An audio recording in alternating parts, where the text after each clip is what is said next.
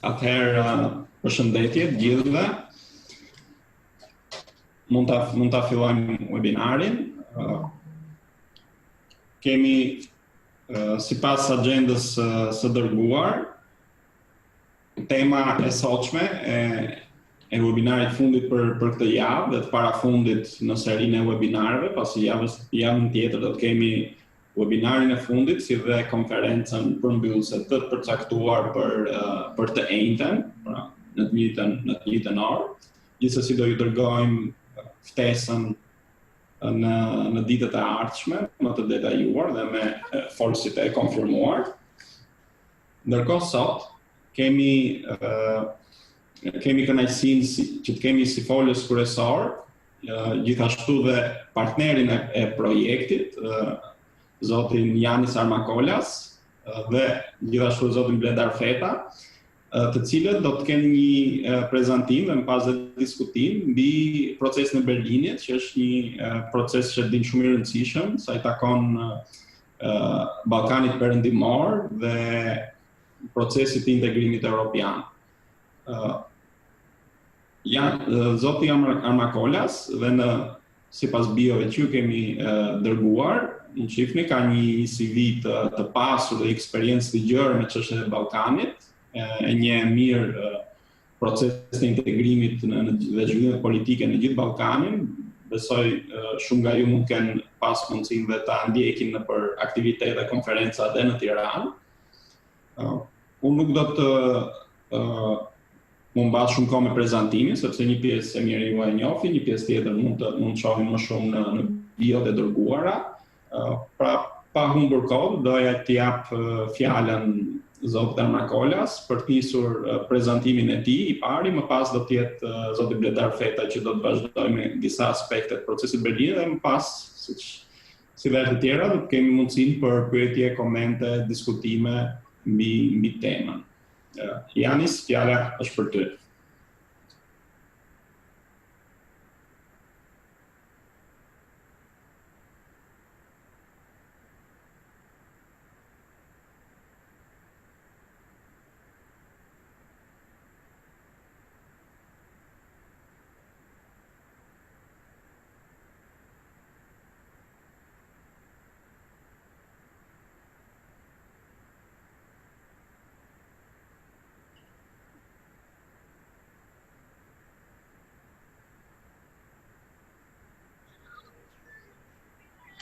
Yes. Hello. Gladys has Bledar managed to access our discussion because he's trying to join, and for some reason. Okay, we will settle that. We can start. Yes.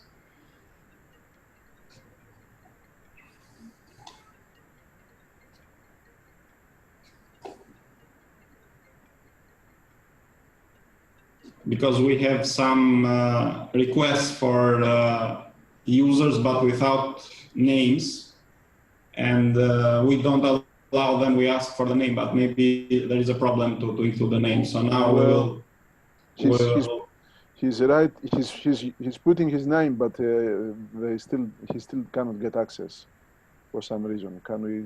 We accepted all of them now. I don't know. He should be online now.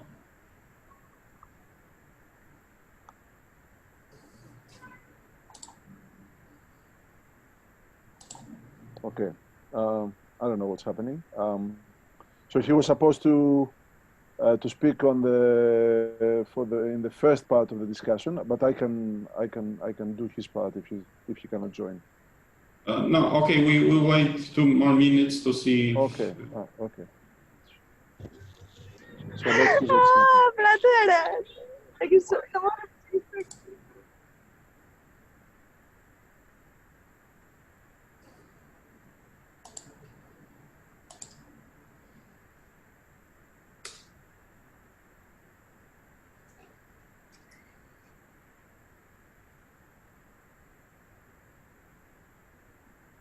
Yeah, she's there now. Okay. Ready? I'm live now. Okay. Hello, everyone. So we had a technical problem with Zoom. So I missed the introduction that Gladys gave us because it was in Albanian. But I wonder, I guess, Gladys, you probably said that we can now start, right? Yes, I made just a short introduction of the series, said that you are the partners. You can hear the translation, but you have to select the English in the interpretation button below. Okay, so I will not read it for now, right? So Distance so here. So we can start. Yeah, we can start. Introduction already made. So do you all see the screen that I'm sharing? Yes. Yes, we can see it. Good. Let's start. So, thank you, Gladys. Thank you, Ioannis. I'm very happy to be here, and I want to thank Emma and ELIAMEP for the kind invitation and for making possible to meet even online some good friends and colleagues. I'm also glad to have the opportunity to share with you in the next 25 minutes some information, details, and thoughts about the Berlin process. I will start with a short introduction, putting under the microscope some key questions which will give us a clear idea of the whole initiative. So let's start. First, what is the Berlin process? In one sentence, the Berlin process, next slide, is a top-level initiative for political dialogue, economic development, and regional integration. This German-initiated and EU-supported initiative came as a complementary process to the already official EU accession strategy in order to help in the stabilization and the development of the Western Balkan countries. It offered a much-needed boost in preparing Western Balkan countries for future membership by trying to tackle some of the core structural problems in the region through the opening of new avenues and the incorporation of new areas and sectors. What are the goals of this initiative? The main goals, as outlined in the final declaration by the German chair, are the additional progress in the reform process, the resolution of outstanding bilateral issues, the reconciliation and cooperation between different societies in the region, and the economic cooperation. The whole process pays special attention on policy outcomes, and this shapes the initiative in certain ways, bringing both advantages and disadvantages. Connectivity and regional political cooperation are two very significant pillars of the Berlin process. What is included in the Berlin process and how it functions? Even though the process has opened new avenues, which are really important for the further Europeanization of the region, the whole process is a highly loose institutional setup for a number of reasons. First, it has no permanent bodies. Second, it has not its own budget, and it doesn't have monitoring and progress evaluation tools. And most importantly, the operating rules may change depending on the political opportunity and the plans of yearly chairs. This kind of flexibility has been advantageous in expanding the scope of the process, but it has been detrimental on the question of parties' commitments and implementation. What is included in the Berlin process and how it functions? The core policy platform and the driving force of the process are the meeting of the highest government officials, the so-called Western Balkan Summit. It also includes the parallel and regular meetings of the representatives of civil society organizations, youth organizations, and business associations from the region. It's really important to see and understand the conditions that led to this German-initiated strategy. The Berlin process was initiated for multiple reasons, from geopolitical to financial, including also difficulties related to the enlargement process. One of these reasons, the most important, was the European crisis. Not only the European Union found itself in a crisis of political deadlock and economic decline, but at the same time it was sleepwalking into an increasingly sharp ideological divide with growing influence of ethnopopulism, Euroscepticism, anti-Muslim and anti-migrant sentiment. And this situation, as you can understand, had detrimental effects on Brussels' relationship with the Balkan countries. As a result, European laws, their focus, their authority, and their main policy lever, that of the EU accession process in the West Balkans. In addition, growing Euroscepticism and decreasing appetite for new membership in Western European societies and political elites weakened the region's European perspective. It is indicative, the fact that in 2014, the first year of the Berlin process, the then president of the European Commission declared that would be no further European Union enlargement during this mandate. The Berlin process was also considered necessary because of the existence of other geopolitical players in the region. With European Union enlargement in question, growing engagement of Russia, China, Turkey, and other players in the region became more visible and influential.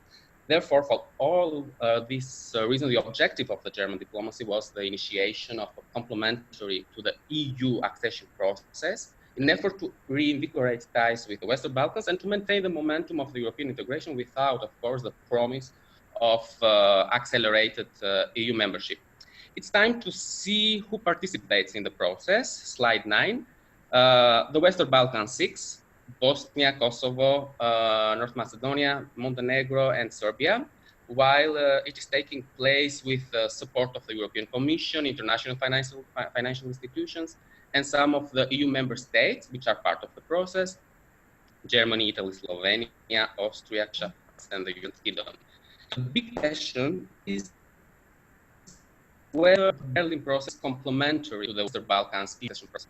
In essence, it is supplementary to the individual countries' institutional EU integration process based on fulfilling conditionalities and the adoption of the acquis communautaire. All efforts made in the Berlin process primarily focuses on fulfilling the Copenhagen accession criteria. Which factors affect the sustainability and the effectiveness of the whole process? The success of the Berlin process rests with the respective regional governments.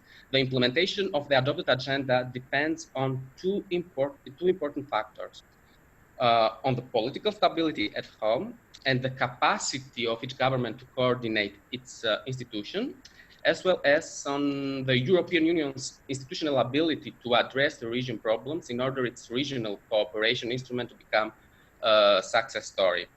The bottom-up pressure from the civil society on the Western Balkan governments in order to implement reforms and to introduce changes, as well as the top-down pressure from the EU itself to the countries involved in the process, can make it more effective. After this short introduction, let's have a quick tour to the Berlin process initiatives. The initiatives are expanded on 4 different levels, giving the opportunity to different actors to be part of the process.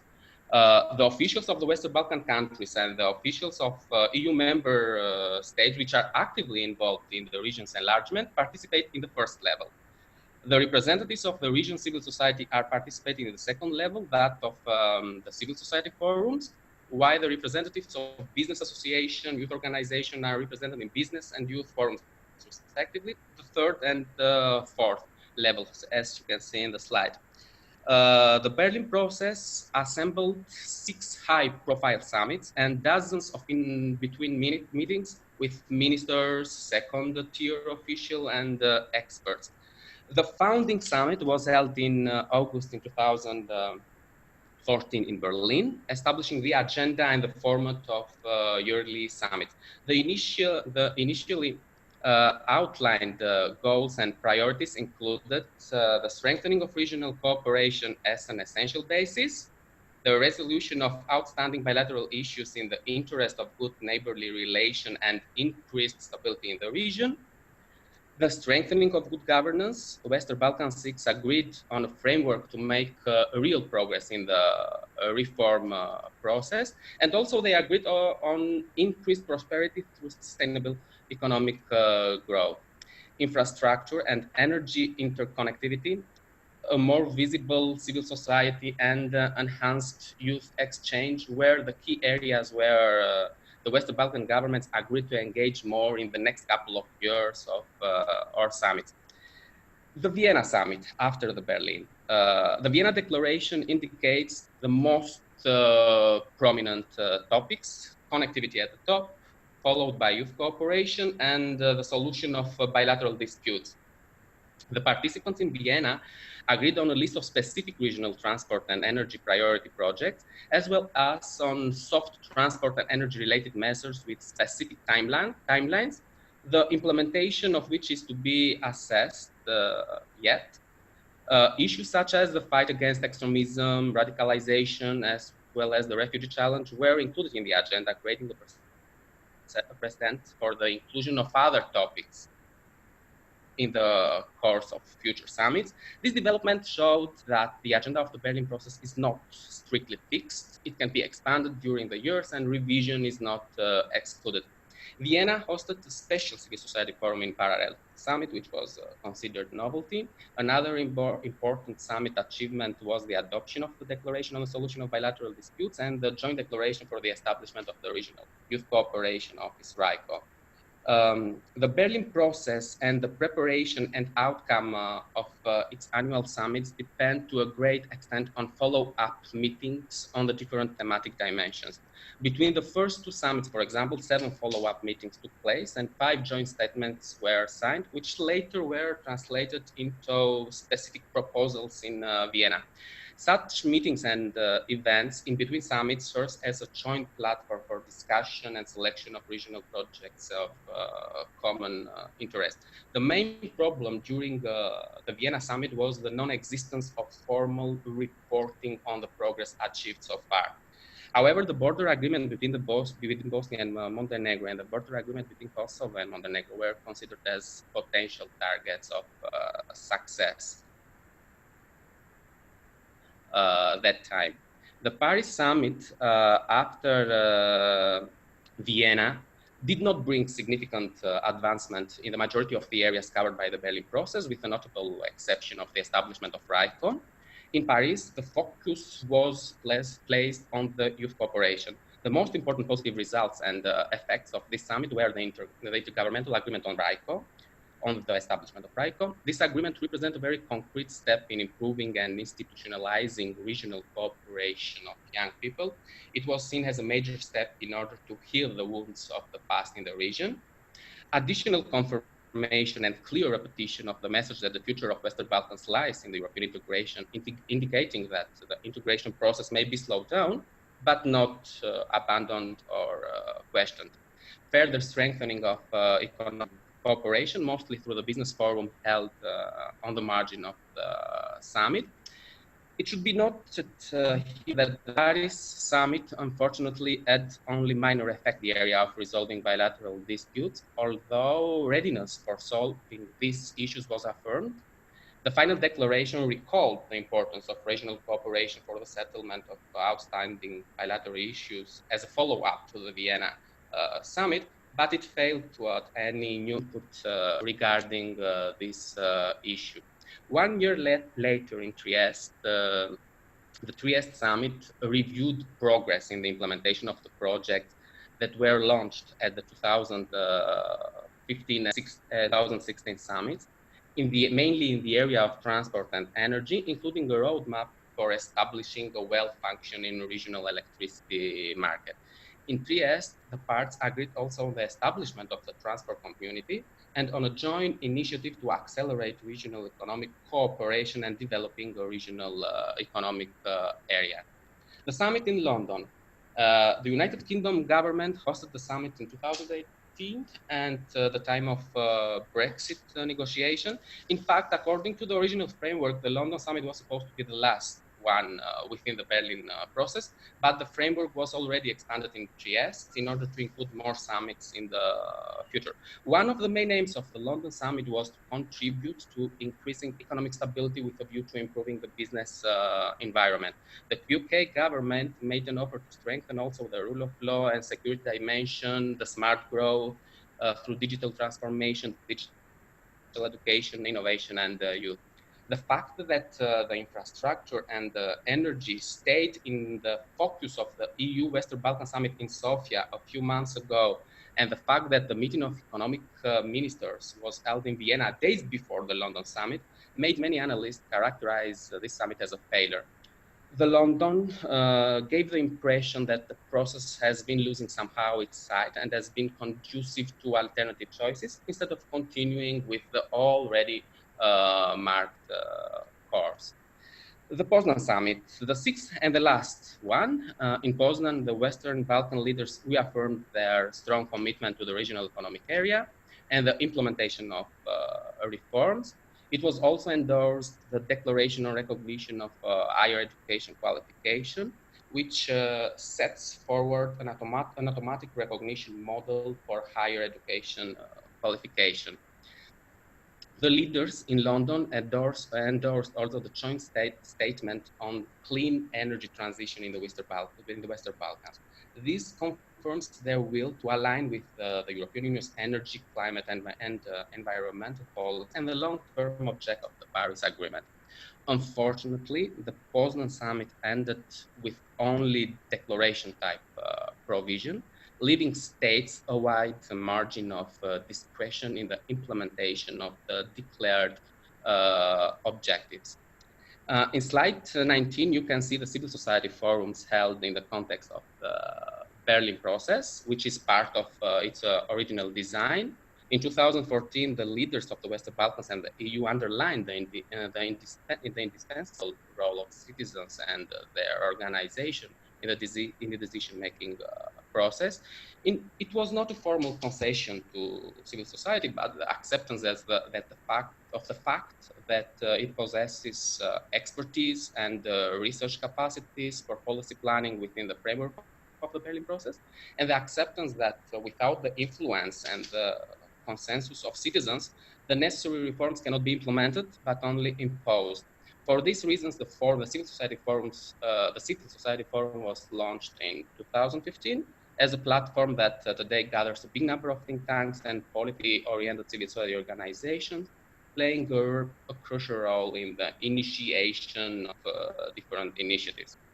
The business community could not remain outside of a process that aims at the region economic development. Business forums have exactly this objective, to bring together the representative of businesses and their association from across the Western Balkans with economists and decision makers from the region, the EU, and the member states. The forum serves as platform for consideration of regional challenges and opportunities, and of course, for launching a joint initiative in this sector. Youth forums. Young people are a significant part of the Berlin agenda from the beginning of the process. It could not be differently because of the significant role that youth plays in the reconciliation process, one of the Berlin process's main objectives. Youth forums work as a platform for exchange and dialogue where young people, youth organization, academia, and decision makers from the Western Balkans and the EU member states meet and discuss common challenges, work together towards finding a joint solution. It can be seen as a platform by youth for youth.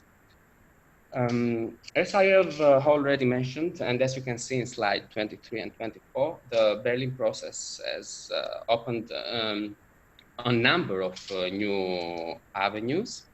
Unresolved bilateral disputes have been persistent hurdles for the region's government on the path toward the EU, posing a risk of renewed instability and delays in the domestic reform.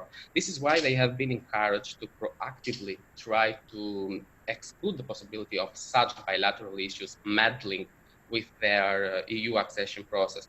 The most important political development in this direction is the adoption of the Declaration on the Regional Cooperation and the Solution of Bilateral Disputes, where Western Balkan leaders agreed to find solution and not to block or encourage others to block the progress of neighbors on their respective EU path. Through the Berlin process, the EU has adopted a multilateral approach in a combination with the already existed Intergovernmental Expert Commission to resolve these issues. The bilateral issues rooted in the Balkans are more than complex, and Brussels, following the experience with divided Cyprus, are determined not to import more unresolved conflicts in the Union. However, this approach is not without risks, especially in a region where sensitive national disputes have been transformed somehow into political strategies, allowing political leaders to cling to power. The inclusion of bilateral disputes into the accession process agenda contains a risk of becoming highly politicized for domestic and populist purposes, reducing the European Union's leverage in crucial domestic reforms, further increasing inequity. Everyone knows that the political use of sensitive national issues by region's political elites is a common phenomenon. Regional cooperation is sacrificed whenever the political survival of the region political elites is coming to the surface. This is raising questions about the delivery of the commitments undertaken in the framework of the Berlin process towards this direction. One of the most significant achievements of the Berlin process is, of course, the establishment of RICO. RICO's main objectives is to strengthen the region's stability through cooperation among young people, opening up a new era of reconciliation in the post-conflict Balkans. Through the creation of an institutionalized system of young people exchange programs, RICO gives youth the opportunity to connect with each other and take the game of dealing with the past to the next level through inter-ethnic cooperation and trust-building processes. Their involvement not only provides grounds for building trust among youth, contributing to the country's rapprochement, but at the same time, it plays an important role in putting an end to the radicalization of this generation. For sure, RICO is a great opportunity, but opportunities bring also challenges. Since the success of the whole process will depend on the readiness of young people to participate in RICO's programs, their poor local status or any dissatisfaction with their country's internal politics could work unpromisingly towards their desire to become agents of reconciliation, agents of regional cooperation. The equation is becoming more complicated because of the segregation of communities in many countries among ethnic lines, which has led to limited cross-ethnic communication among them. Therefore, the success of RICO will depend on the capacity of each government to design and implement both national and regional youth policies, always taking into consideration the socio-economic dynamics of their ethnic divided societies. The positive aspect of all this is that in the Western Balkans, there is a lot of momentum and societal and community support for RICO. The connectivity agenda. Everyone knows that infrastructure in the Western Balkans is highly underdeveloped compared, of course, to the rest of Europe. The need for its improvement has put the connectivity agenda at the center of the Berlin process.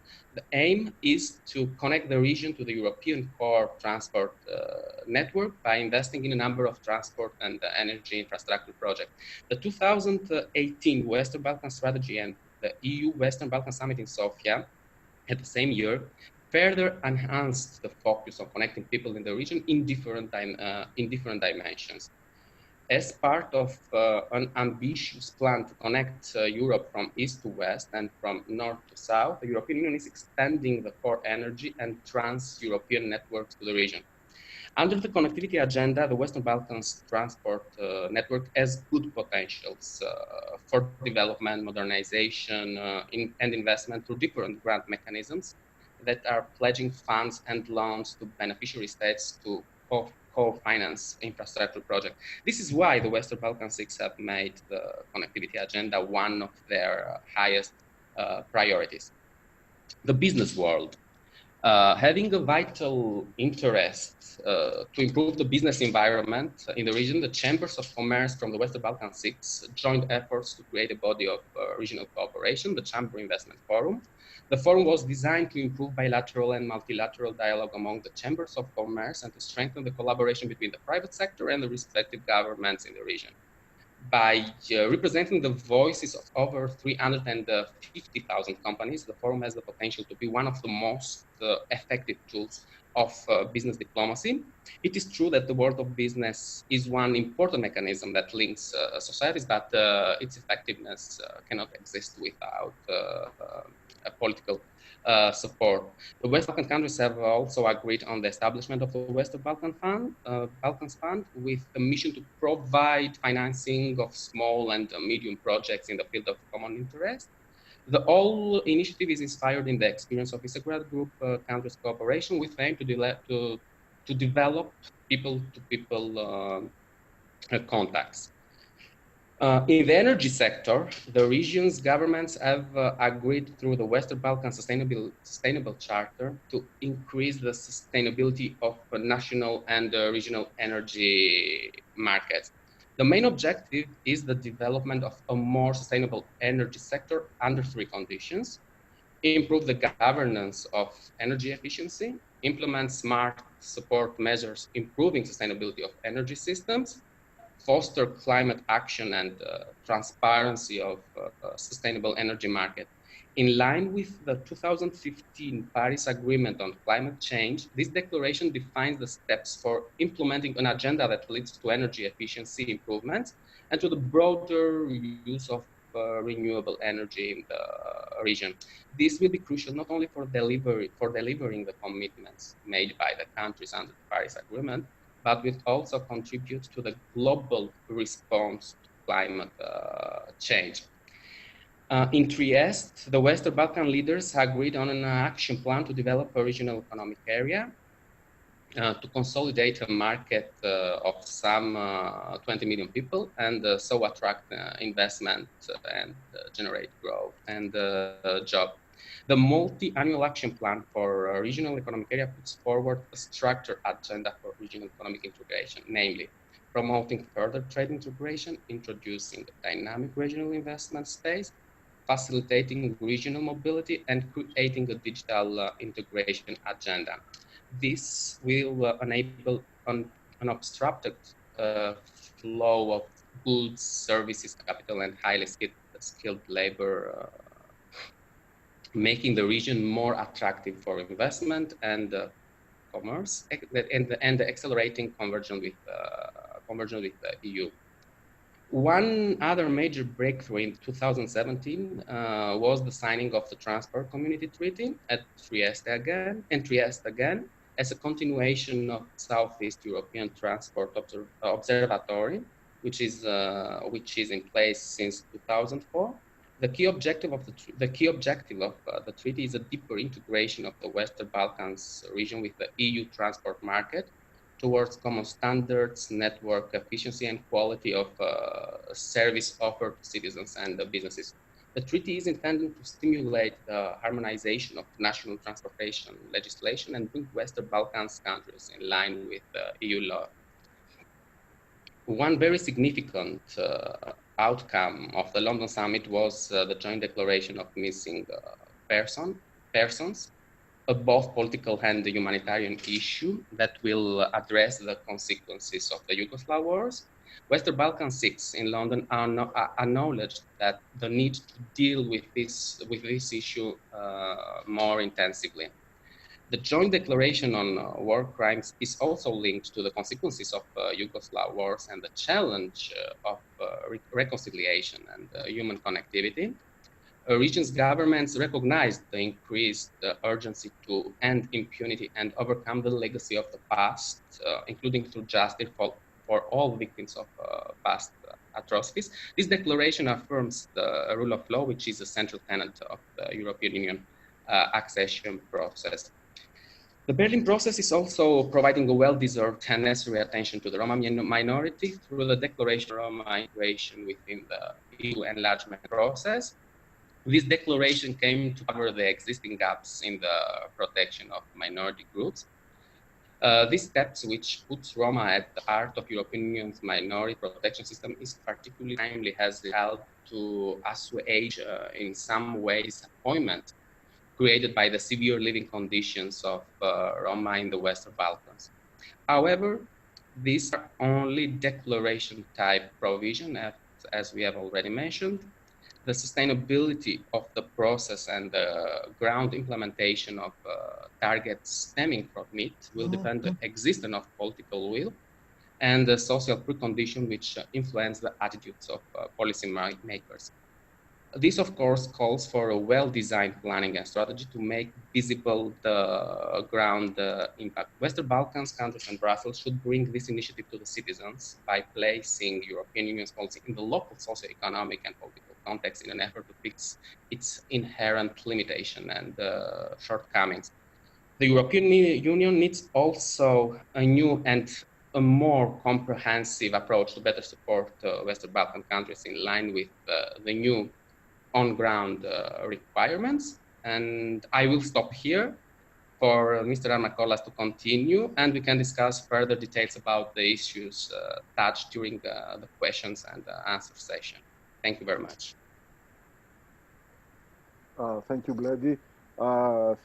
Thank you, Gladys, and the European Movement for Albania in Albania for this cooperation and for the opportunity to hold these seminars on European integration issues. Now, we have had a quite detailed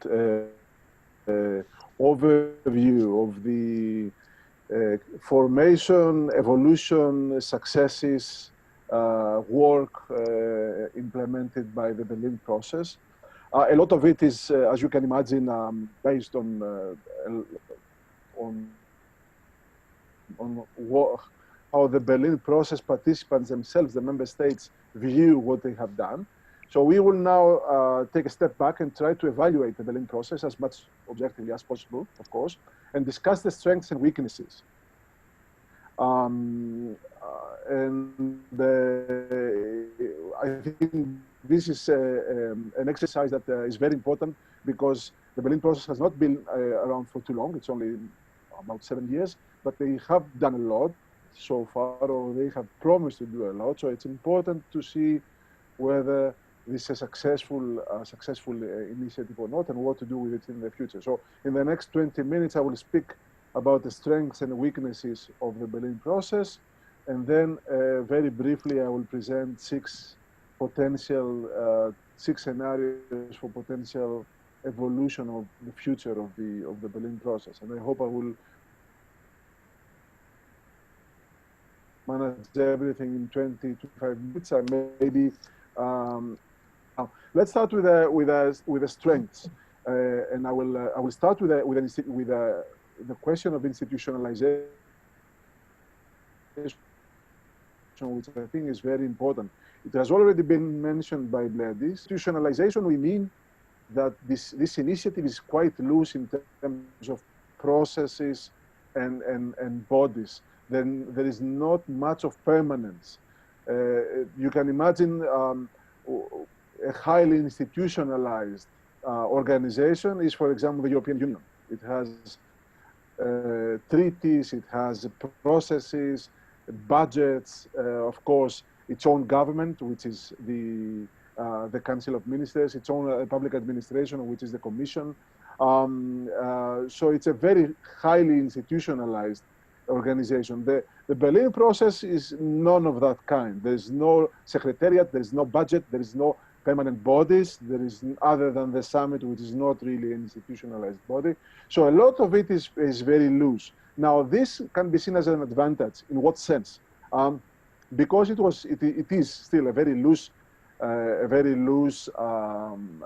initiative. It has the advantage of flexibility, bringing in new people, bringing in new topics, covering quite a bit of space and thematic areas, being very versatile in a positive sense, versatile when it comes to the topics that will be covered, the way that these topics will be covered, and so on and so forth. So this non-institutionalization at the first instance can be seen as an important advantage, especially because we're talking about an initiative that includes both EU members and non-EU members. So it's the membership is kind of weird. A second strength of the process is, of course, that it brought a positive momentum in regional political cooperation, and some would say also reconciliation. And I will not repeat whatever Bledar mentioned about the context of the creation of the Berlin process, but we should keep in mind that when the Berlin process was created was a period of huge frustration about the future of EU enlargement in the Balkans. I don't know how many of you remember that period and have been following European integration issues in the last decade or so.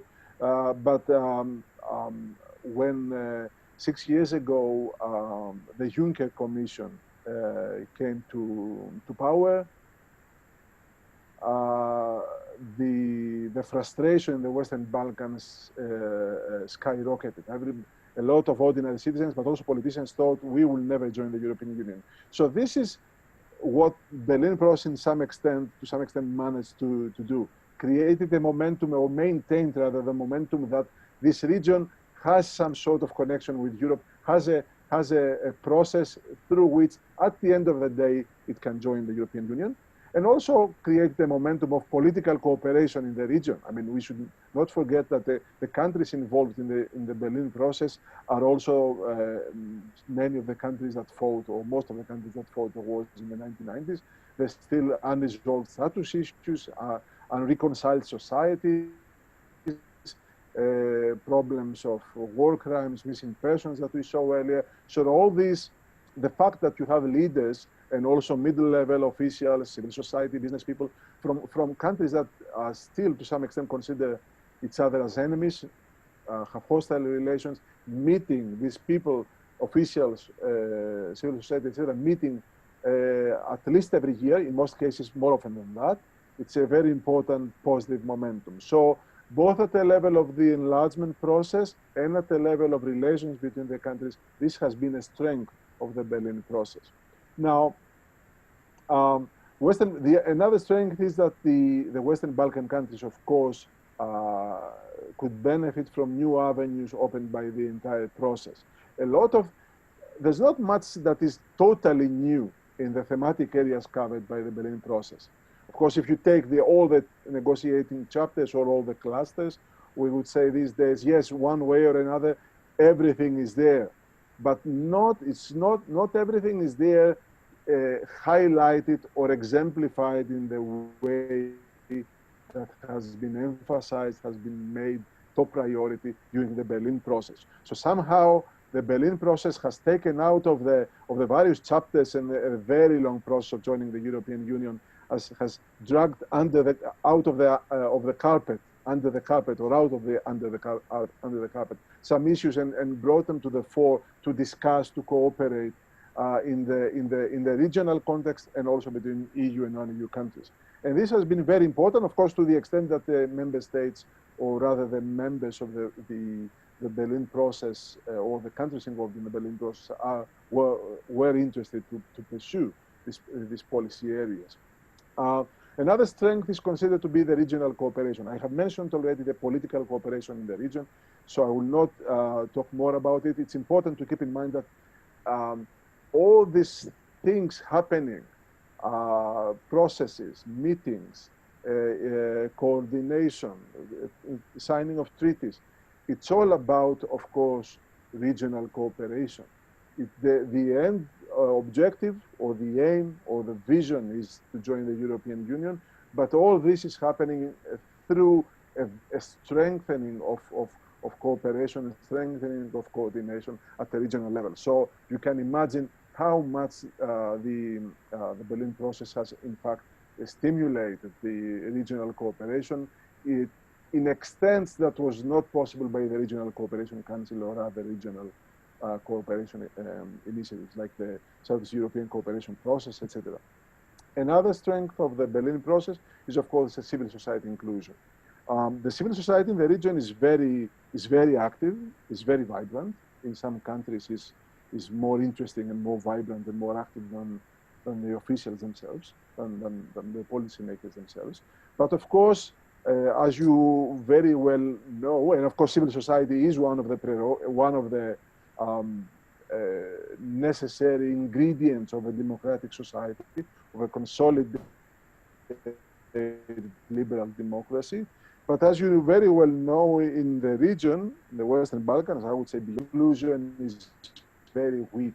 There's not enough institutional mechanisms for including civil society participation, civil society opinions and advocacy in the policy process. More often than not, the policy makers, whether of the authoritarian kind or less authoritarian kind, tend to neglect civil society, or if not seeing them as an enemy or someone or organizations paid by foreign money, etc. So the fact that you have the Berlin process, a process led by the German diplomacy with the support of the French diplomacy, sanctioned positively, given a positive signal by the Commission, and also including so many EU member states. And in that process, having the civil society having such an important and central role in the process, of course, it shows the Balkan leaders that civil society is not to be neglected. Whether that was actually effective is another story, of course. Sorry.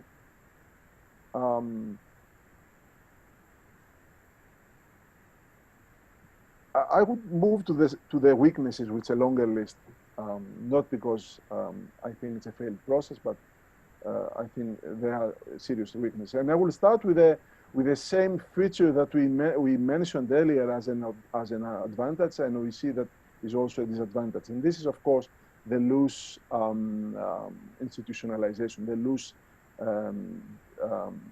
structure of this process. So the flexibility and non-institutionalization is both an advantage and disadvantage. In what sense? Of course, the flexibility allowed for the initiative to spread to various policy areas and cover quite a bit of policy space, policy field, and that can be seen as a positive. I'm opening a parenthesis here to remind everybody about European integration. One of the most influential European integration theories, the neo-functionalism, says that this is how, in fact, the entire European integration, the entire European Union project proceeds, by moving from the one policy area to the next as a spillover, in the way that when you have the testing tubes, water fills one testing tube and then it moves through the tube to another one. This is how the policy process works in the European integration. And in a sense, someone would say the same applies in the Western Balkans with the Berlin process. So the first summit touched some policy areas, and then officials, policymakers realized that they need to move to the neighboring policy areas, because this is a more efficient way to cover the field, and then they move to the new ones and the new ones. And this is kind of a spillover or neo-functionalist approach to resolving the Western Balkan problems. But the problem with this process was that it was, in a sense, quite artificial and without careful planning.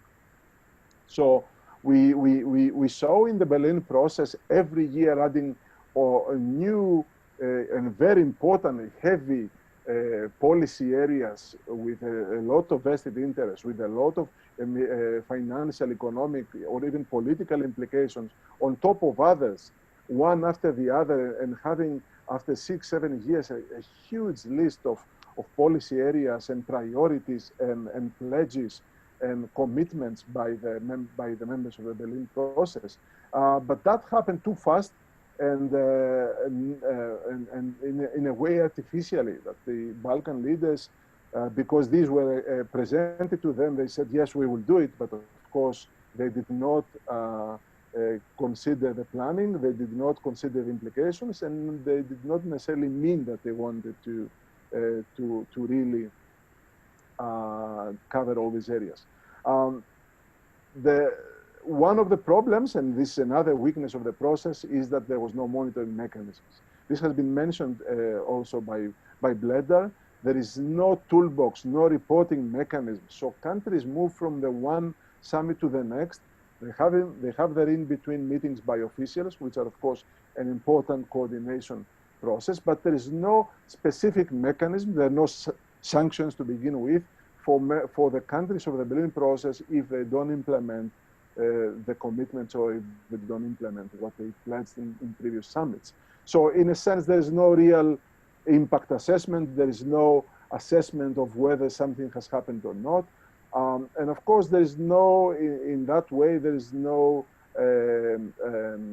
positive competition. I mean, there is not much to be gained if a country has implemented what has been promised and agreed upon in previous summits, if others haven't done it, if others did not have any sanction, or the country that has implemented some of the promised reforms does not have some payback, some sort of benefit out of it. So the whole process is very loose, covers quite a bit of policy space, but really in an artificial way that does not bring about real deep change. There's similar other weaknesses. I don't know how much time I have, Gladys. Do I have 10 minutes or less? Yes, I think 10 minutes. You can go on for 10 minutes. Okay. So I can move to other somewhat different topics, different weaknesses. The non-participation of all EU member states.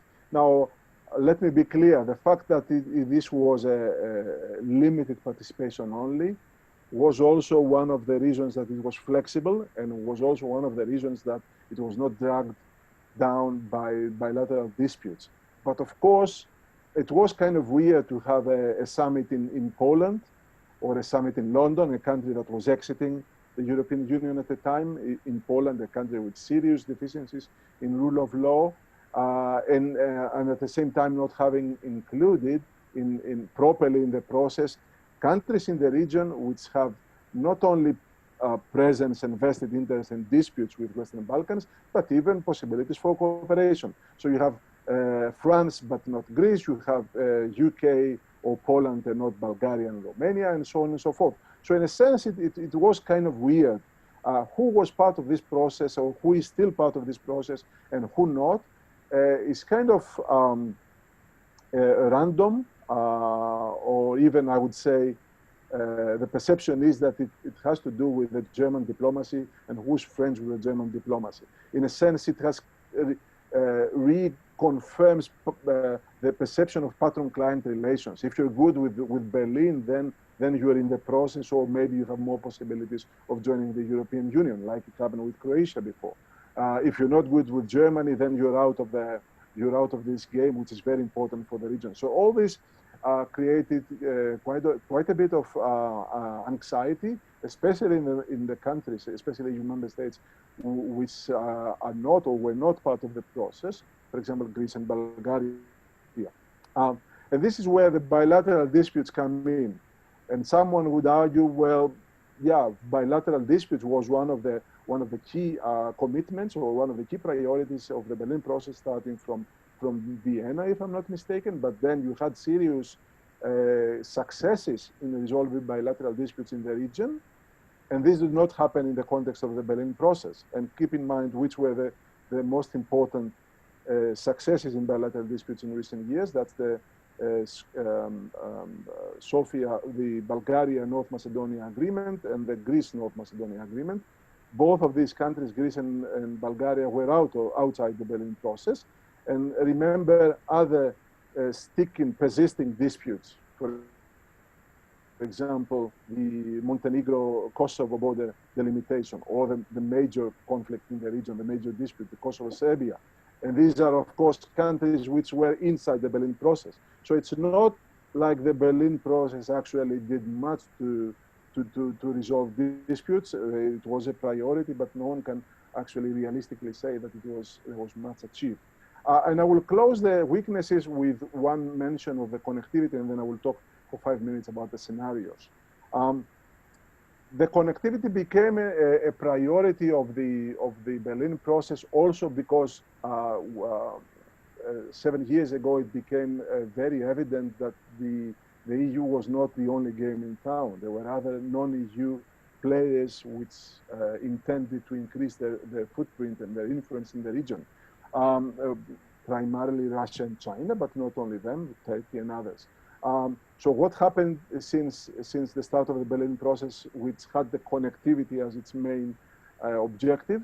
Well, we had the influence of the EU going down, and no one can disagree. I think that the influence and the image of the EU in the region has weakened in the last 7 years. And of course, the image and the influence of China went up.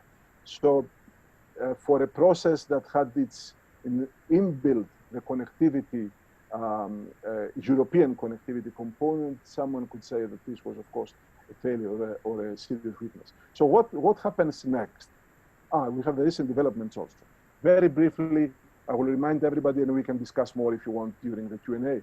We had the French veto, the division over the future of the enlargement, the new proposal, the new methodology developed by the European Commission with the help of the French, and then the green light to start accession negotiations for Albania and North Macedonia, which is conditional, and we don't even know when these two countries will start. We had the COVID crisis, a lot of complaints about the EU, especially in the initial phase, that they didn't help the Western Balkans. High-profile aid from China or from Turkey. Then the return of the EU with a lot of help for the Western Balkans, but the damage was made. And then we have the co-chairs of this year's Berlin process, which is Bulgaria and North Macedonia, which exemplifies a lot of the weaknesses of the process, I think. COVID delayed the start of the process this year, but not only COVID, we had elections in North Macedonia, which put in question the summit, and even more importantly, the new methodology, and more importantly, the dispute between Bulgaria and North Macedonia. So you had two countries that were supposed to chair this year's, or will chair this year's Berlin process summit, which are engaged in a bitter fight over the start of accession negotiations and what that entails for reforms in North Macedonia, or what that entails in terms of implementation of the agreement between the two countries. So this year is probably the weakest year of the Berlin process, very few preparations, very weak. It will probably happen as an only online event, which weakens, of course, its appeal, especially for the civil society. And it will happen this autumn. And of course, we have the German presidency of the Council of the European Union, which does not even mention in its program the Berlin process. So what is the future of the Berlin process? We don't know. What will happen after the Sofia-Skopje summit? And here are 6 scenarios very quickly. And if you want, we can discuss the merits of this during the Q&A. The first scenario is that the Berlin process will terminate. It has reached the limits of its usefulness. It has brought something in the region, but now it's time to finish it. So this could be the first scenario, and we can discuss it. Second scenario, the business as usual scenario. So the Berlin process continues in its current form and function. Current form meaning very loose, non-institutionalized, and function meaning, of course, expanding more and more into new policy areas and trying to help the countries of the region in the EU accession process. The third scenario would be the reverse, the opposite direction, to upgrade or deepen or institutionalize the process, create an assembly, create a permanent secretariat, or find ways to raise funds so that there is a budget, and of course, very importantly, the monitoring mechanisms. This would be the Berlin process plus, because Berlin process plus is what we're supposed to have this year. The fourth scenario would be to adjust to the new reality. And if I can maybe give you my opinion, this is, in my view, the most likely scenario. The Berlin process would adjust to the new realities of the accession process. The new methodology breathes new, fresh air in the accession process, but it also makes the accession process more difficult and more political and more dependent on EU member states and their wishes. And maybe the Berlin process will try to find a way to adjust and become support process in the context of the new methodology. How that would happen, I'm not sure, and I don't even know whether there is a plan for this or whether the countries involved will take that path. But I think it makes sense to effectively, in essence, if not in practice, merge with the formal EU accession process, or being even more supportive to the EU formal EU accession process. The fifth scenario would be some totally radical idea to de-etatize the Berlin process, take out the summits and the officials and the governments that sign papers and promise a lot but do nothing, and instead empower the civil society, business, non-official, non-governmental dimensions or features of this Berlin process, and make it like in a sense, like a non-governmental constituency for regional cooperation and also for the regions in inclusion in the European Union. In a way, make the Berlin process a lobbying for both for reforms and for fast accession, fast inclusion, fast integration into the European Union. And the sixth and final would be to disentangle or reorientate the Berlin process and disentangle it from the close association to the EU accession process. Somehow, the Berlin process has demonstrated the need for regional cooperation, has even strengthened or increased regional cooperation. Why couldn't the Berlin process, for example, disengage from the EU accession process and come closer or become supportive to the Regional Cooperation Council or other regional cooperation initiatives? So these are the 6 scenarios that we have identified. I would welcome everybody later on or during the Q&A reflect on the facilitating or impeding factors, and especially reflect on which of the 6 scenarios is more likely given the political, economic, or other constraints. And I would like to invite everybody to comment or even ask or discuss what is the most desirable scenario for Albania among the 6 scenarios for the future of the Berlin process, or if you like, the most desirable scenario for the Western Balkans, for the entire Western Balkans. And with that, I will close here. Maybe we took a bit more time, Gladys. We apologize for that. We are just under 1 hour, I think. Thank you. Thank you, Ioannis. No, it was good because the analysis was very detailed, and it opens a lot of questions. And as we are we also have been covering the process as an organization that during the course of the years we have raised many questions, and I see that a lot of them were addressed in the presentation. So now the floor is open to everyone. Maybe I would like to start with one question, because we have debated many times in some of the roundtables we have been participating in the civil society forums, and the question was that always that is it a positive scenario if the process becomes bigger and bigger, like it is happening from one summit to another, but then we don't see a lot of impact of it, or better to remain focused on some key issues, for example, like interconnectivity, which has been the one to be financed, and not to be increased with many other issues that it cannot cover in a consequent manner. In the latest forum in Poznan was discussed also, and after it was also discussed the inclusion of parliaments in the process. There's been some push, especially even from the Albanian parliament, to be included, to have to be part of this process. But we know that at the same time there are several processes in Southeast Europe of cooperation of parliaments, apart from that with the European Parliament or through the OSCE.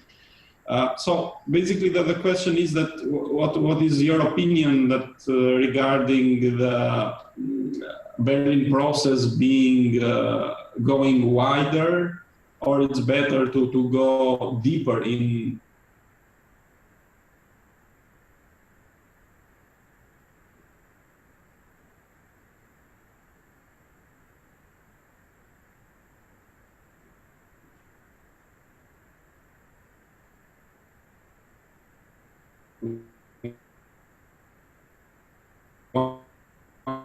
To choose what seems to be. That was